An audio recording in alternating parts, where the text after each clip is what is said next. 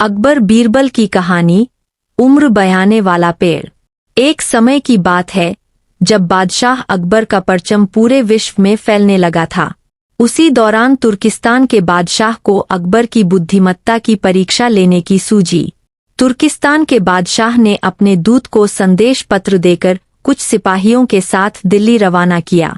बादशाह ने पत्र में लिखा था, मुझे सुनने में आया है कि भारत में ऐसा पेड़ है जिसके पत्ते को खाकर इंसान की आयु बढ़ाने में मदद मिल सकती है। अगर यह बात सच है तो मेरे लिए उस पेड़ के कुछ पत्ते जरूर भेजें। जब अकबर ने उस पत्र को पढ़ा तो वह सोच में पड़ गए। इस चिंता से उबरने के लिए अकबर ने बीरबल का सहारा लिया। बीरबल की सलाह पर बादशाह अकबर ने तुर्किस्तान से आए सिपाहियों और दूत को कैद करने का आदेश दिया। सिपाही और दूत के कैदखाने में कई दिन बीत जाने के बाद अकबर और बीरबल एक दिन उनसे मिलने गए। अकबर और बीरबल को आते देखकर वो सोचने लगे कि उन्हें रिहाई मिल जाएगी, लेकिन ऐसा नहीं हुआ। बादशाह अकबर जब उनके पास पहुंचे तो उन्होंने दूत से कहा, जब तक इस किले की एक दो ईंट गिर नहीं जाती तब तक आप लोगों को आजाद नहीं करेंगे। ऐसा होने तक आप सभी के लिए यहाँ खाने पीने का पूरा इंतजाम किया जाएगा। इतना कहकर बादशाह अकबर और बीरबल वहां से चले गए। उनके जाने के बाद दूत और सिपाही कैद से निकलने के लिए उपाय सोचने लगे। जब कोई रास्ता नजर नहीं आया तो भगवान से प्रार्थना करने लगे।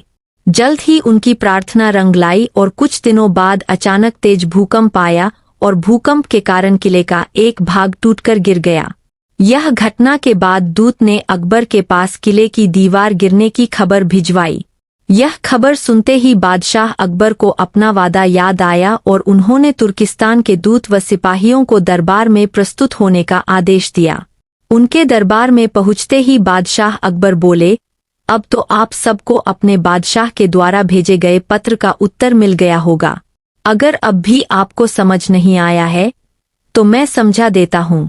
तुम सिर्फ 100 लोग हो और तुम्हारी आह सुनकर किले का एक हिस्सा गिर गया, तो सोचो जिस देश में हजारों लोगों पर अत्याचार होते हैं उस देश के बादशाह की आयु कैसे बढ़ेगी। लोगों की आह से उसका पतन तो निश्चित है।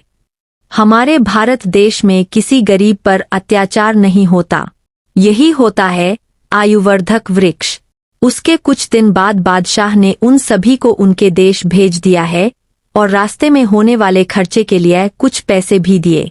दूत ने तुर्किस्तान पहुंचकर भारत में घटित सारी बात विस्तार से बादशाह को बताए। अकबर बीरबल की बुद्धिमत्ता देखकर तुर्किस्तान के बादशाह ने दरबार में उनकी बहुत प्रशंसा की। कहानी से सीख। इस कहानी से यह सीख मिलती है कि सभी के साथ प्रेम से रहना चाहिए और कमजोर पर अत्याचार नहीं करना चाहिए।